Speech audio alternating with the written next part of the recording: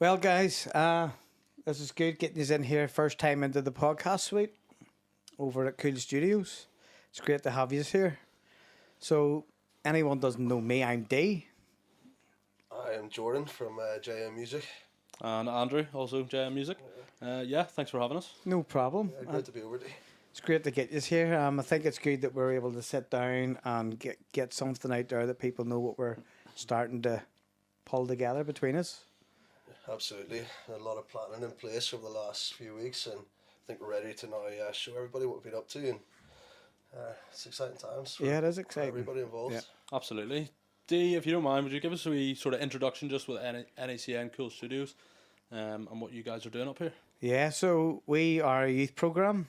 We're in Rathcoole Housing Estate, set up 11 years ago now, and it's about giving young people an opportunity within the creative and innovative industries. We didn't really know what direction we were going to go 11 years ago, and it's panned out now. The music, it's film production, game development, and giving young people opportunities and sort of like a place to go where they don't get it in school. They can't get access to equipment, sound equipment, production equipment, anything like that. We're able to provide that, and it's basically the foundation, and then it's up to them to empower themselves. We're lottery funded as well, so the funding that comes in from lottery is for empowering young people. Yeah.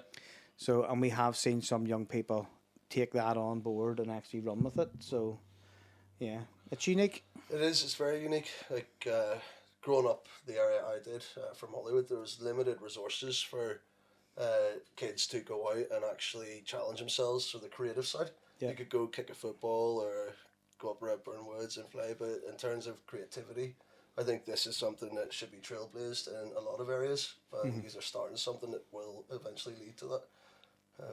Absolutely. I mean, well, the last time we were up here, you gave us a good wee tour of the place. Obviously, we're in the podcast studio now. Got this practice room around the corner for the band that we're in. You were saying actually at the weekend there, you just wrapped up a big show as well. Yeah, we did 400 seat theatre. We sold out Theatre at the Mill. Amazing. We've a production. The production we run for Performing Arts was 8 musicals all in one night. Amazing. So it went very, very well, and now we're moving on to our next. We don't really sit still. No. We just keep going and churning, keep going. Absolutely, and there's a good variety for the guys as well. Obviously, walking in, there was guys, I think they were designing games, maybe. Well, those guys are actually designing products Cool. so that they can sell e-commerce, online social enterprise, from research, development to the manufacturing to selling them. And some of those kids are only like 13, 14 years of age. Awesome. That's class. I think, in terms of obviously, those guys are designing products. Seen the last time as well, the house band. So there's a very, very big sort of music scene around here as well. If you want to sort of talk a wee bit about that for us. Yeah, well, the house band is a new concept. We've had young people come here for many years, and we started out. We put a thing out like a karaoke night, and we had all these kids turn up, and then out of that, we sort of thought, some of these kids are actually really good singers. Yeah. And then we started asking some back, and then we started putting like a wee group. The council would ask, "Could you bring your wee singers along?" And we brought them along, and then we started to say, "No, hold on, we can actually do something better here." And some of them are starting to write their own songs and things like that. But it's a big team effort that it takes to make that happen. Yeah. Recently we did the Europa.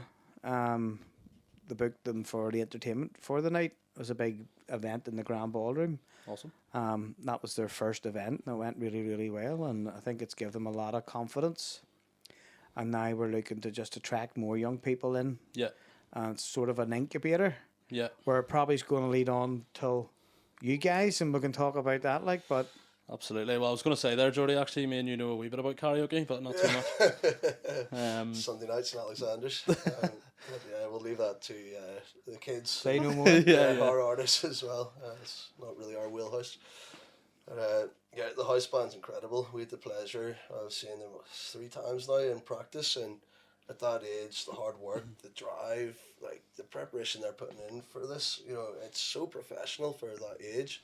I was just blown away by the talent, the song choice, and I think ultimately the facility that they have here is just unbelievable for them to do that. Yeah. And you know, I would love for some of our JM artists to eventually get to utilize that as well. And they will, you know, I think we're kicking up a partnership here, a relationship, a good friendship where we can work with each other, and you know, I mean, both sides of our groups will be able to benefit from this. Yeah, I think that's my favorite thing about this whole new relationship. JM was very focused on the adult sector over 18. NACN Cool Studios, I believe, is it 14 to 24? 25. 25. Yeah. And it means, you know, it leaves no stone unturned. We are covering everything within local music industry and helping people develop and trying to, I think, grow the industry again and make it somewhere that's safe, exciting, and lots of opportunity. And I think together we're going to really break it wide open again and make it an exciting place to be. Yeah, I think it's been done. You know, it's been done before, this sort of concept, but I think we can bring something fresh to it. So when I said they're like an incubator for homegrown talent, young people, you know, when they get to that certain age and they're wanting to get out and play in the bars and the clubs and they're wanting to get out their music out there, that's where you guys have that. That's your niche. Yeah, the stepping stone. The stepping stone. Sort of adult world of it.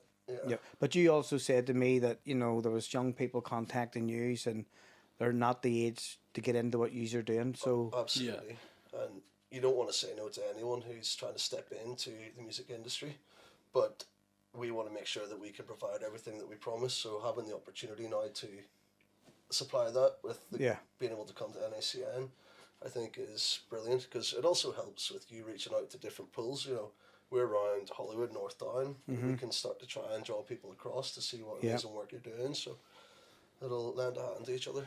Yeah, I think absolutely. I mean, especially with the facilities and everything that you're doing here, in terms of, you know, from a musical perspective, there's so much for them to learn and things of that nature around here, where we sort of seen ourselves. I think initially, at least, it's developed since then, but helping them with, you know, I suppose the business side of it.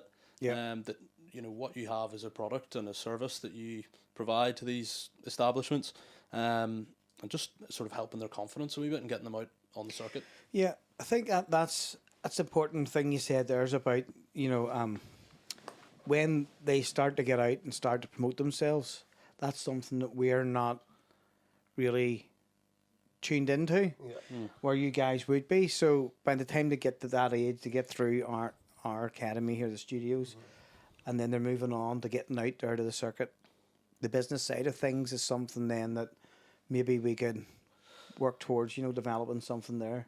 Yeah, absolutely. Absolutely. There's a sort of natural progression there, really, isn't there? And I think, you know, once, even after, obviously you said about 14 to 25, but after that as well, obviously with the facilities and the partnership that we're growing here, there's the opportunity to, you know, come and record an EP, release a single, you know, those sort of things. And as, you know, as me and Jordy were saying there, getting that onto Spotify and starting to monetize what you have. Yeah. And try to build a real career around it. Well, you have seen the studio, so Unbelievable I mean, setup. we haven't held back on anything there, because I believe if young people or anybody coming in here, it's an environment where you want them to come in and go, wow, you know, why give someone something that's okay when you can give them something that's the best sort of stuff? Yeah. You know, industry standard equipment, that's what you want them to have access to, especially young people. If I look back at the DJ and stuff, you know, you can give them a wee DAC or a wee controller. Yeah, that's right, yeah. You know, but we're sitting here with CDJ 3000s, the Pioneer i9 mixer, top of the industry standard stuff. Yeah. And there's kids at 13, 14 all going through the academy on that stuff. And that's a point worth making. In my opinion, recording your own music it's a reach at the minute. It's expensive. It's something that you have to spend a long time saving for, where you're starting to facilitate people being able to go in and record their music. And it's, as you say, you've got an incredible producer in Ricky Sawyer, the most incredible equipment there. Like, it's probably the best in around the Belfast area. And it's going to be available now for the public and for artists to be able to record, and it's cost effective. It's incredible quality of product, you know. And I think there's Yeah. there's opportunity there as well on the editing, producing side, as you said about the DJing. You know, it's not necessarily just the musician going in and, you know, and recording, getting bands together, Yeah. things like that. There's definitely lots of opportunity there. Because it is a youth program, there's young people there that don't sing, they don't play instruments. Yeah. They want to do the engineering side, they want to do the audio, you know, even the visual, even the likes of the podcasts, you know, getting into the podcasts, and then you have your advertising, you have your marketing, you have your promotion. But hopefully the young people can get some, what would you call it, some expertise from you guys. You Well, know, we a can couple of try. master classes or something on the go. Absolutely. We'll need to get that set up. Yeah. What was there was a podcast Jodie went to, I think it was during the summer, maybe, and it was this, an American woman, she'd written a book and everything, and she'd made an entire career out of the music industry, not being in any way musical. You know, she was supporting them, you know, organising tours, booking gigs, organising merchandise, things like that, setting up them an email list, just little things that we'd sort of noticed that a lot of, you know, local musicians, and they're really good cover sets and everything, but they didn't have anything else to go along with it. Yeah. Yeah, so that's sort of where we've tried to fit in, I guess. Yeah, it was a really positive message that, you know, the music industry isn't just for musicians. There's so many different inroads, be it like tour managing or the marketing aspect. And it's trying to encourage people to get into the industry regardless of what way they want to go, and trying to get new people in with new, fresh ideas. And Andrew and I wouldn't be anyway musical other than the karaoke that was mentioned. Speak for earlier. yourself, Jordan. If you call it But- musical, is it? Well, You know, I something like consider that. myself a true music fan. I grew up around music with my grandfather and Johnny Cash, and my father's own choice of music and ABBA, and the love is there, but For ABBA? yeah, Yeah. of course. But unfortunately, I wasn't musically gifted, but I wanted to be in the industry in some way. And when we came up with this concept, it's been nothing but exciting since, getting to be around all these amazing, talented people and almost getting to live it through them, but also help them and support them within the industry, and trying to put that good intention back out there with the guys, you know. Yeah, there's definitely a lot of sort of living vicariously a wee bit. But yeah, I mean, as you say, you know, my dad's. I was listening to Stevie Wonder in the car going to school. You know, Talking Heads, those kind of people. Always loved music, but I mean, I think I was told I was good at the recorder in school once. Yeah, I actually tried the drums for about 3 months, just to get the aggression out as a child, but it didn't really work. But yeah, I mean, even going out in Belfast and going to those kind of bars, they're the kind of bars that we enjoy. You know, there's a live musician on in the corner, you know, playing covers of Wonderwall or whatever. You know, they're the kind of places we love and enjoy. So it's sort of giving back in a way.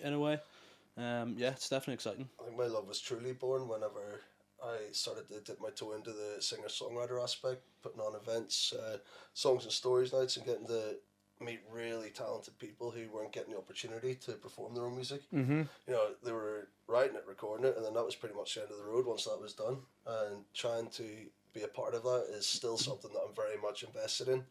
Trying to create events and evenings again where musicians can come and sing their own music, and it's not just the cover work as well. It's something I'm very much behind trying to rediscover.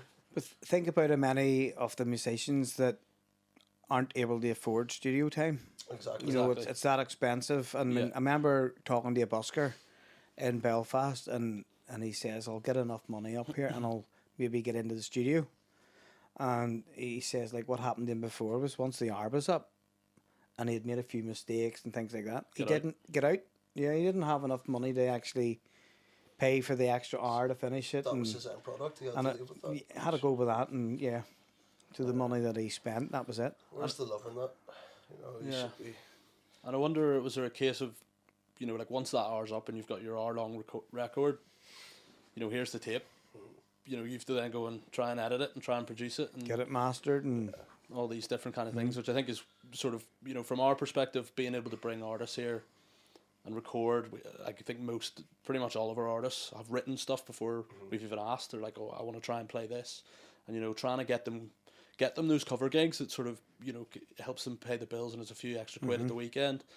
But we're definitely trying to encourage them to sort of get writing songs and, you know, try and get an EP or get a single or anything, get onto Spotify, you know, learn more about the industry by doing your own thing and more about your own music style, I guess. Bringing that work to Cool Studios where we get to do it with you guys and put that music out there.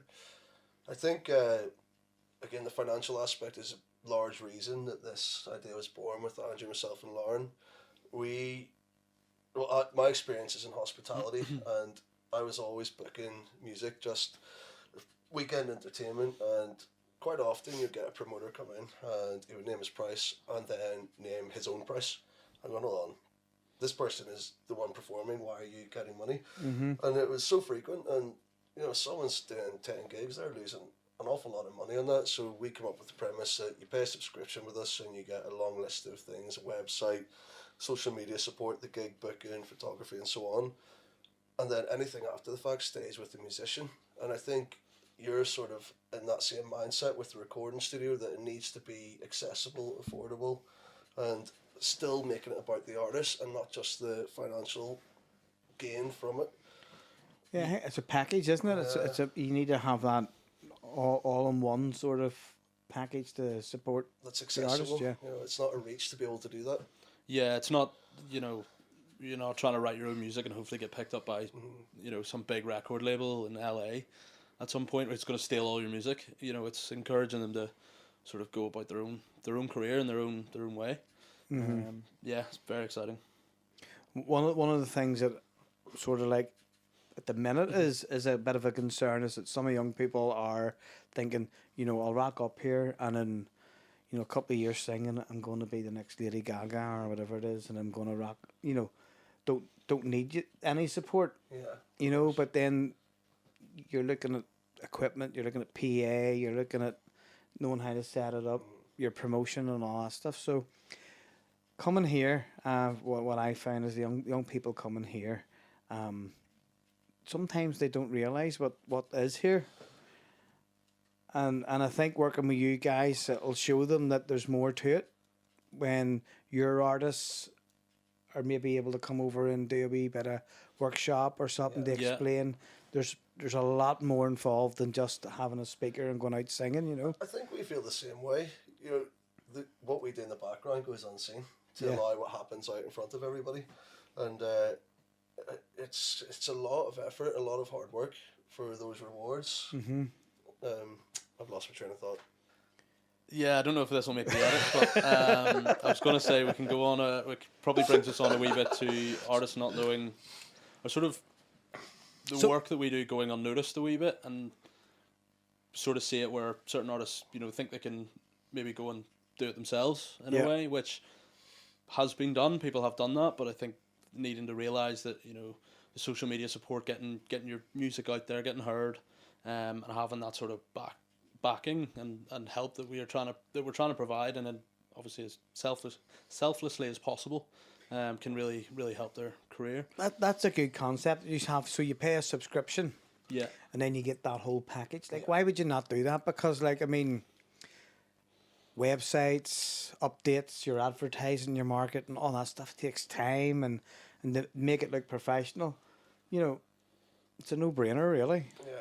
I think it came about whenever we were sort of discussing, you know, pricing models and everything from a business perspective, me, Jodie and Lauren, like the way it's always been done is, you know, you get paid £300 for this gig, for example, and your agent's taking 20%, and all of a sudden that keeps going, and you're losing a percentage of your, you know, the masters to your music once you start sort of making it a wee bit, and it's sort of like people are getting burned in a way, or their agent's going and discussing a deal and telling you it's 200 but he's getting 100 on the side, things like that. So sort of, we'll make it simple, you know, this is how much it is and that's how much it will always be, and then, you know, I mean, my expertise from my background is building websites.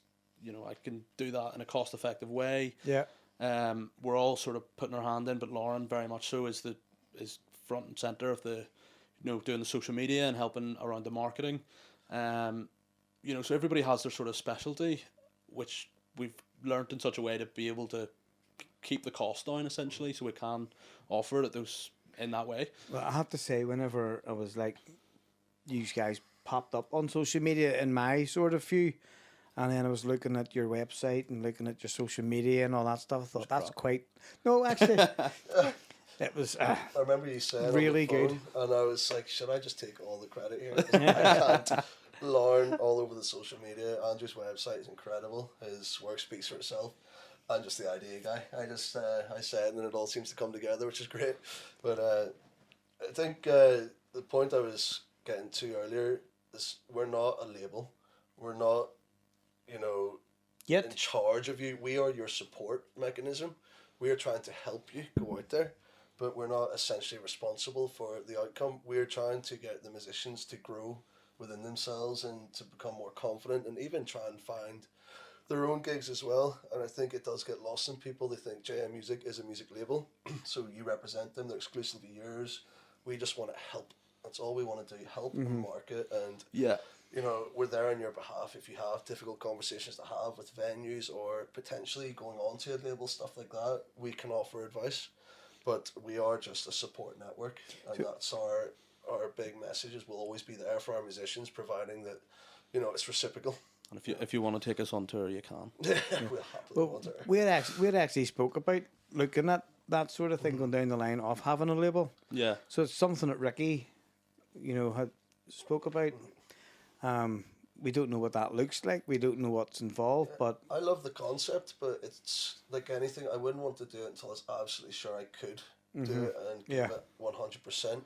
I think JM has a lot of natural growth to go through over the next few years, and it will organically get to that point, all being well. But I wouldn't rush into it just yet. I love the idea and being sort of the end game where they come to us and they're still getting that same aftercare where they're being looked after, but able to do their own thing and their own music all the time.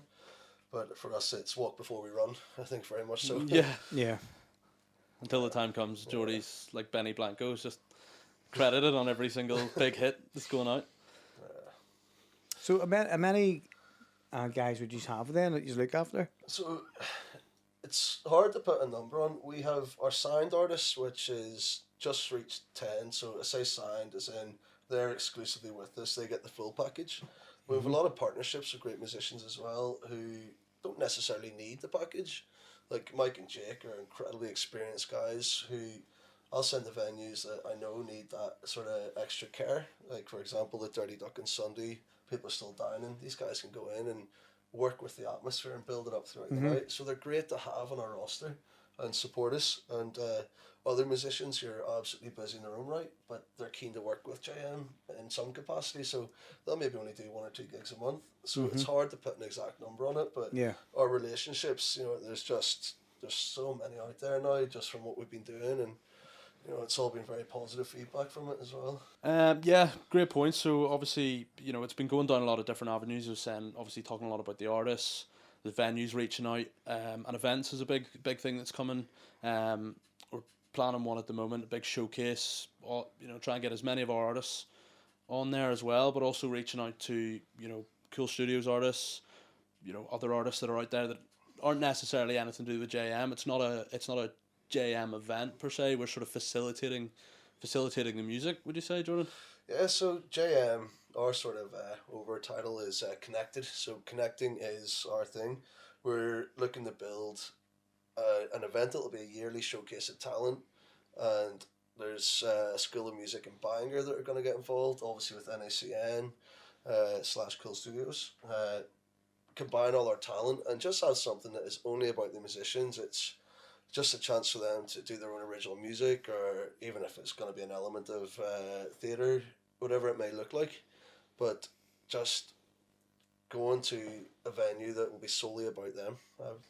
So on the event side of things, I think Northern Ireland lacks something, and I think it's not something that we're going to be homing in on together.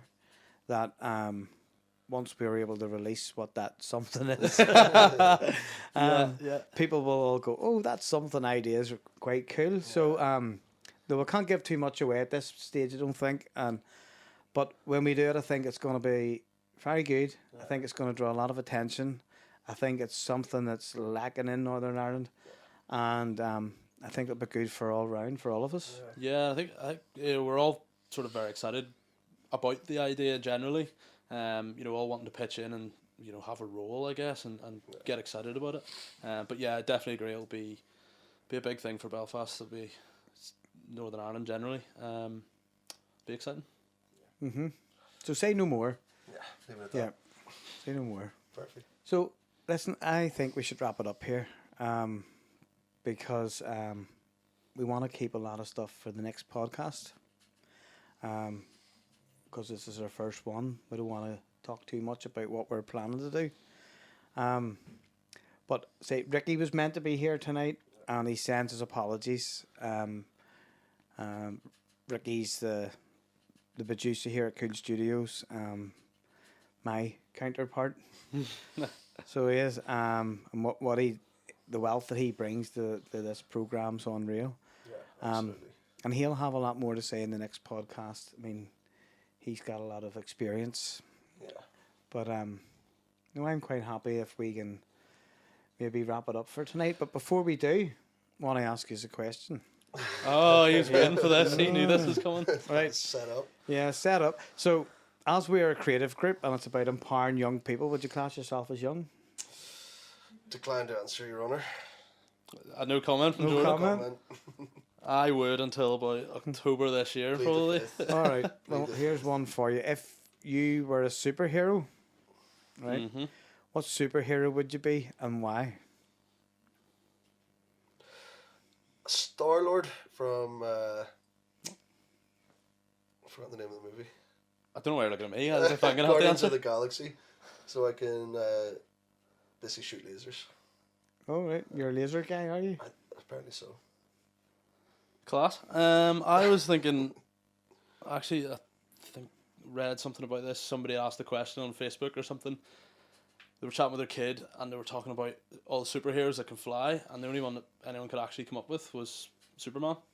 So I'm going to go with that because he can fly, Because you can fly. which is really What cool. about you? It would have to be invisible. Invisible. Okay. What would you do with that power? So I'm not sure. I could, I could go over to Hollywood and sneak into your office and you wouldn't even know I was there. Start moving stuff around. That's Yeah. what he does anyway. When Freak I'm you not there. out, and then you'd be spinning around with your laser trying to hit things and all, and you'd be flying all around the place. I'd just take and- off. I'd be away. See you there. No, invisible. Invisible? Okay. Who's this superhero that's invisible? There is one, but I can't. It's one of the Fantastic Four, isn't it? Yeah, it is. Yeah. Is it the cloak? They have the cloak. Is They that wrap the cloak around them and then they become invisible. That's the Harry Potter. Wizard one, yeah. No, is that That was not Harry Potter. What's the name of him? I'm not sure. Doctor Strange. Doctor Strange. See, Yeah, you that's, see, It's the same thing. I that's know the wrong this. guys. Doctor Strange, and he's not in Marvel. Just came to me there. Funny how these headphones work, actually, isn't it? Yeah. So listen, guys, it's been great. I think I'm really excited for NACN and JM to be working together, and I'm looking forward to the next podcast, which hopefully won't be too long. Yeah, absolutely. And we'll have more news for everybody then. Yeah. Thanks for having us over. And, Super. Look forward to getting to work. Yes, really appreciate it, Dee. Thanks for having us. All right, guys. Thank Cheers. you. Do we clap out?